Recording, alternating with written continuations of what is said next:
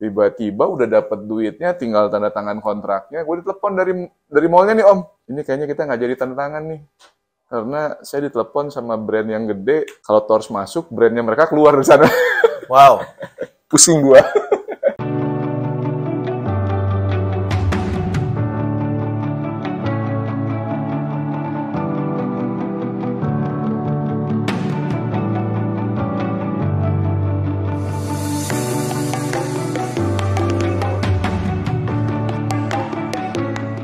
Halo Botakers, kembali lagi bersama saya Om Botak di Cerita Om Botak. Dan buat teman-teman yang belum jadi Botakers, teman-teman boleh join member. Di sana dapat video-video daging yang akan bantu teman-teman dalam berjualan online di marketplace. Nah, ini video part berapa ini ya? Tapi ini video yang part yang selanjutnya, soalnya banyak banget dagingnya ya. Ini kita benar-benar akan kesulitan buat ngeditnya karena saya dapat kehormatan ya untuk bisa gerebek Torch ya dan ketemu dengan dua sosok inspiratif ini ya, Om Ben sebagai CEO dari Torch dan Kang Ivan sebagai COO dari Torch. Kita mulai dari mana ya? tapi ini banyak banget yang saya pengen tanya. Pertama mungkin buat teman-teman yang belum kenal Torch ya dan sosok dari Om Ben ini awalnya anak sultan yang bisa bangun company segede gitu atau mulai dari mana gitu ya dari sini? Anak PNS gue. Asli, sayangnya gue anak PNS, gue pengen sih jadi anak sultan.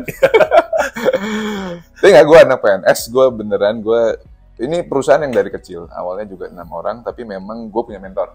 Satu itu, jadi kuncinya mentor. Kuncinya mentor. Jadi kalau lu bukan anak sultan, jadilah anak mentor gitu. Cari mentor yang bisa ngasih tahu jalan ke depan gitu. Gue punya mentornya cukup bagus. Nah waktu itu kita dirikan perusahaan ini 7 tahun yang lalu. 2015. Baru 7 tahun? Baru 7 tahun. Oke. 2 tahun pertamanya sama aja kayak bisnis teman-teman yang lain juga gitu. Perusahaan ini bahkan lebih tradisional, jualannya offline. Jadi jualannya kita jual di tas-tas kita, sendal kita itu ke agen-agen reseller kayak gitu-gitulah. Seluruh Indonesia gitu ya. Gue puterin Pulau Jawa nyetir sendiri ya. Berdua sama sales manajernya waktu itu. Tapi ternyata nggak berjalan dengan baik gitu ya, karena permasalahannya adalah satu, banyak yang mau memanfaatkan perusahaan-perusahaan baru yang kemudian kita ngasih barang, bilangnya konsinyasi, katanya 2 bulan, ternyata invoice-nya ulang tahun setahun. Nggak tertagih. Kalau dibayar, dan banyak yang berhenti, nggak mau bayar beneran. Gue punya utang yang sangat besar pada saat itu. Sampai akhirnya kita cari cara lain. Kita coba waktu itu masuk ke modern market, kita masuk ke mall, tapi sayangnya ada brand-brand lain yang besar juga yang nggak mau gue gede di sana gitu. Waduh, ini berat. Bayangin lu, gue pameran di sebuah mall gitu. 2 bulan pameran bagus, ditawarin unit kan? Ya. Cari duit nih untuk si unit ini kan, karena kan bayarnya lumayan gede tuh ya. Tiba-tiba udah dapat duitnya, tinggal tanda tangan kontraknya. Gue ditelepon dari mallnya nih, Om. Gue ditelepon, bilang, Pak Ben, ini kayaknya kita nggak jadi tanda tangan nih. Karena saya ditelepon sama brand yang gede, kalau Tors masuk, brandnya mereka keluar dari sana. Wow. Pusing gue. Itu tapi titik balik gitu. Itu titik balik yang menyebabkan gagal di agen, lalu di model market juga nggak bisa berkembang. Kita belajar digital marketing. Dimulai dulu masih zaman Facebook Ads. Ini produk pertama yang laku di Facebook Ads, sendal umroh ini. Jadi waktu itu ini ROAS-nya bisa paling kecil 6. Paling gede bisa 18. Di saat itu. Sekarang sulit ya kayak gitu? ROAS 6 agak sulit karena permasalahannya juga orang sekarang sudah punya kesukaan belanja misalnya di marketplace tertentu. Dulu kita kan jualannya di Torch.id, di web store-nya kita doang. Gitu. Tapi kan kalau sekarang orang ada yang prefer ke Tokopedia, ada yang prefernya ke Lazada, ada yang prefernya ke Shopee gitu kan. Jadi agak sulit kalau lu nggak bisa tracking. Nah, sama kita tracking. ROAS 6 itu yang Facebook ya. Tapi kalau yang di Shopee, Tokopedia, itu bisa. Slightly higher. Itu lebih tinggi. Bisa lebih dari 10 gitu kan ya. Betul, kalau yang kayak gitu. Nah, Facebook ini jatuh gitu. Karena nggak bisa di tracking. Orang datang ke websitenya kita, Actually mereka mau belinya di Shopee, mau belinya di Tokopedia. Iya. Kita nggak bisa maksa kan? Nggak bisa. Nggak bisa, tapi kita bisa tracking. Karena masuknya lewat website dulu sebelum ke Shopee. Betul. Iya. Salah satu cara kita journey-nya seperti itu. Salah satu ya. Jadi orang tarik pakai iklannya Facebook, masuknya mendaratnya ke web store-nya kita, lalu orang milih, lalu masuk ke product page, dia kasih pilihan. Mau beli di sini, tors.id, mau beli di Shopee boleh, mau beli ke Tokopedia boleh, kita bebaskan. Tapi ada tombolnya di sana. Itu kita track.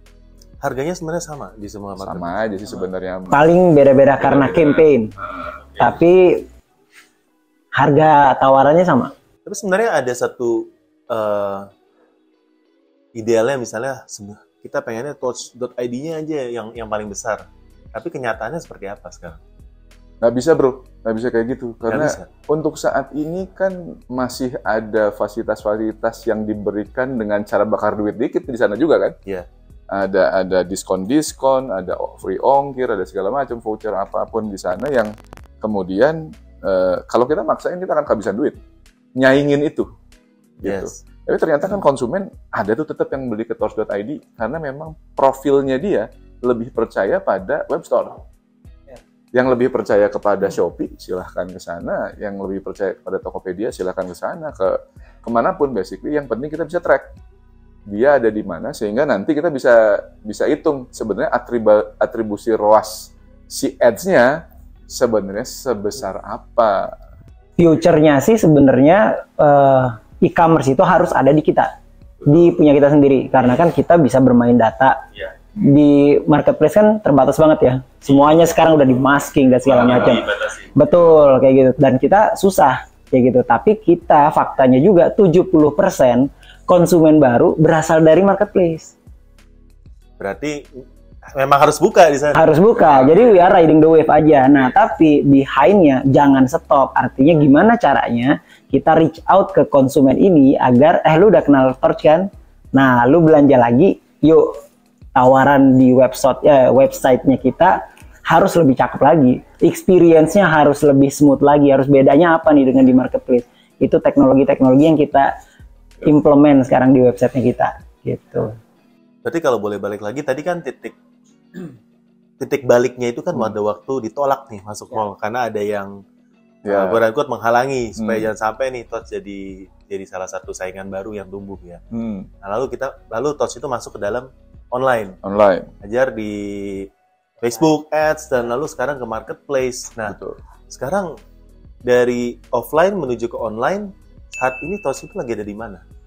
Ini menariknya adalah awalnya offline mau mencoba offline ternyata nggak bisa, nggak cocok kalau sebuah brand baru kita langsung ke offline. Ternyata tadi daya tawar kita belum kuat, duit belum kuat. Berarti untuk teman-teman yang baru memulai brand sebenarnya online ini adalah tempat yang paling nyaman. Betul karena di online lu bisa kumpulin duit dulu kan, lu kumpulin recognition dulu.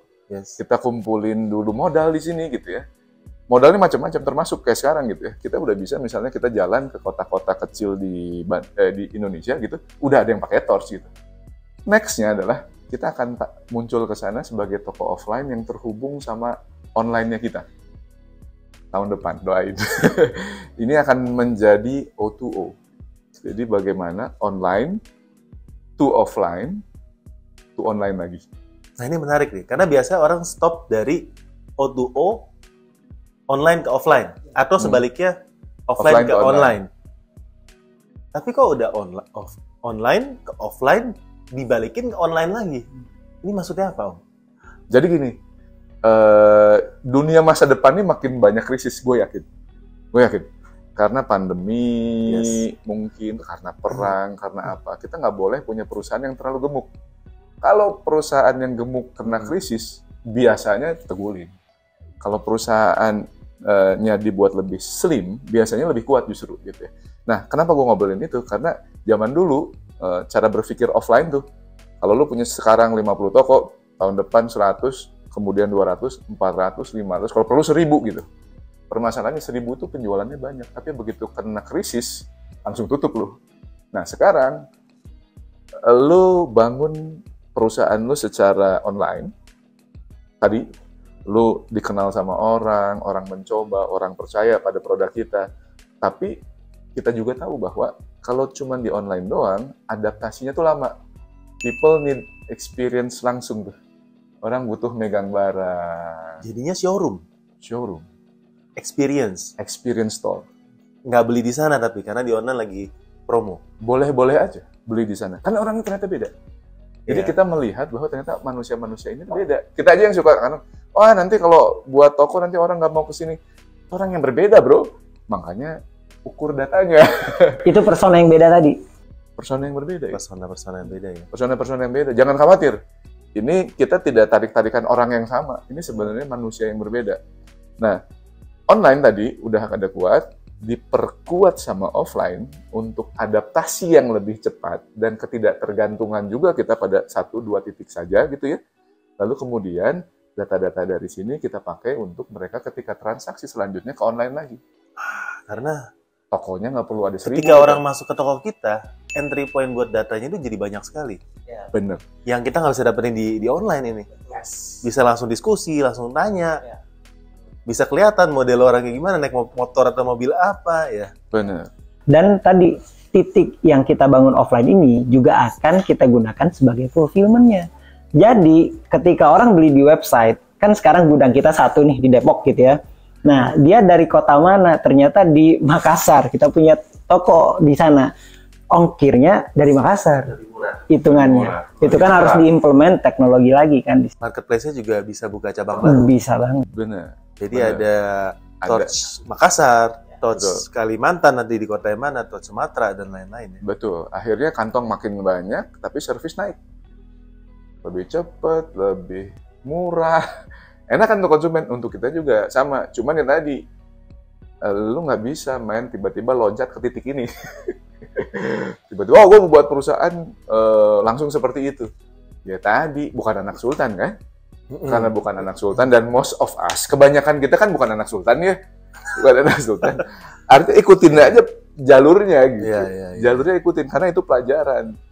Cuman masalahnya, emang yang gue sering lihat sih, sering ngobrol-ngobrol sama teman-teman, masalahnya adalah banyak yang ketika dagang, itu ngitungnya cuannya doang. Tapi tidak berhitung masalah datanya. Padahal data itu yang membuat kita sampai ke sini. Gitu.